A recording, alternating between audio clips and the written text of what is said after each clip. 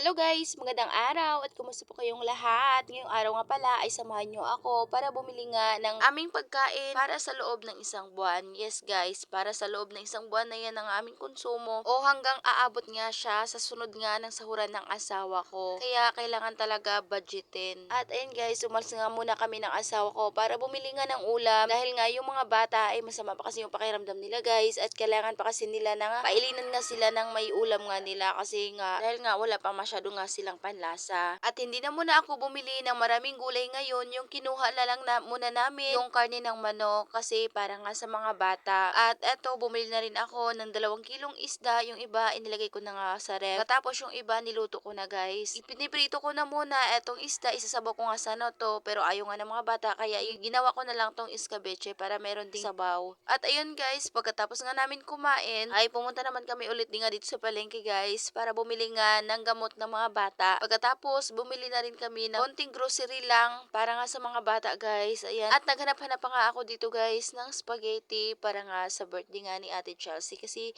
ilang araw na lang ay birthday na nga niya. At ayun, hindi ko nga kinuha yung spaghetti kasi medyo namamahalan ako kaya eto na lang yung kinuha ko, etong macaroni. Pagkatapos bumili na nga rin kami ng hotdog para sa mga bata. Guys, hindi naman kami laging bumibili nga nito. Kapag medyo naka-LL lang sa buhay guys, ayan, binibilhan nga namin yung mga bata ng hotdog. Tatlong klase na hotdog yung kinuha namin dyan. Yung walang cheese, pagkatapos yung merong cheese. Kasi si Cheryl ayaw niya yung hotdog guys na merong cheese. Pero gusto naman niya ng mga kapatid niya. At yung isa guys, yung mumurahin lang talaga kasi ilalagay ko nga yun sa spaghetti. At tumingin pa nga ako dito sa mga ham. Sarap sana bumili nga ng ham guys. Pero nako yung presyo. Mapapakamot ka talaga sa ulo. Kaya hindi ako kumuha doon. Kasi alam nyo naman nag-budget nga tayo. At ayun, kumuha na rin ako nitong juice kasi ito yung gusto nila. 2 pack lang naman. Pagkatapos, binayaran naman namin sa counter. Umuwi muna kami sa bahay guys bago kami bumalik at bumili na nga kami ng isang sakong bigas. Yung isang bakid nga bigas guys. Yan kasi yung importante sa lahat. Ito talaga yung bigas. Pagkatapos bandang gabi naman, hinatid naman kami ni Papa guys papuntang simbahan at dito na nga kami nagsimba sa may syudad kasi nga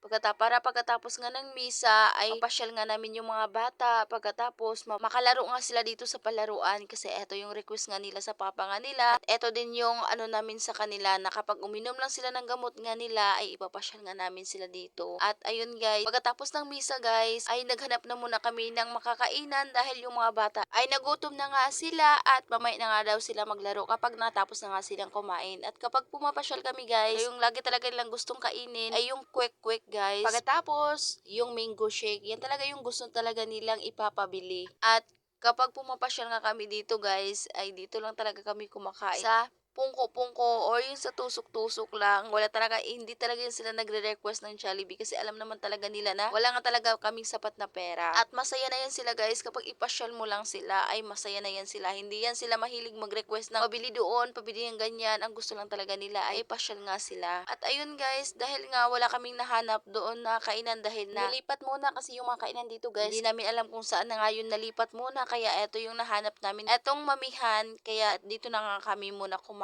At ayaw kasi ng mami ni Cheryl guys, kaya lugaw na lang sa kanila ni Iliana. At kami namang apat ay yung in-order lang namin, eto lang yung mami, yung hindi special kasi mas mahal yung special guys, kaya eto lang. Pare-pareho lang naman to, masarap. Pagkatapos namin kumain ay bumalik na nga kami dito nga. Bumalik naman kami nga dito sa palaruan ng mga bata dahil gusto nga ni Cheryl maglaro nga. Guys, habang naglalaro nga sila, nakita ko nga na medyo masama na yung pakiramdam niya. Bumalik na naman yung lagnat niya, medyo uminit naman siya kasi bumalik na naman yung lagnat niya. Maya-maya lang, sabi ko na nga sa kanila, ay umuwi na nga kami. Ayaw pa nga sana nilang umuwi guys kasi gusto pa nga nilang laro. Baka wala na kaming masakyan ng motor. At yan lang muna guys for today's video. Maraming salamat po sa inyong panonood. God bless.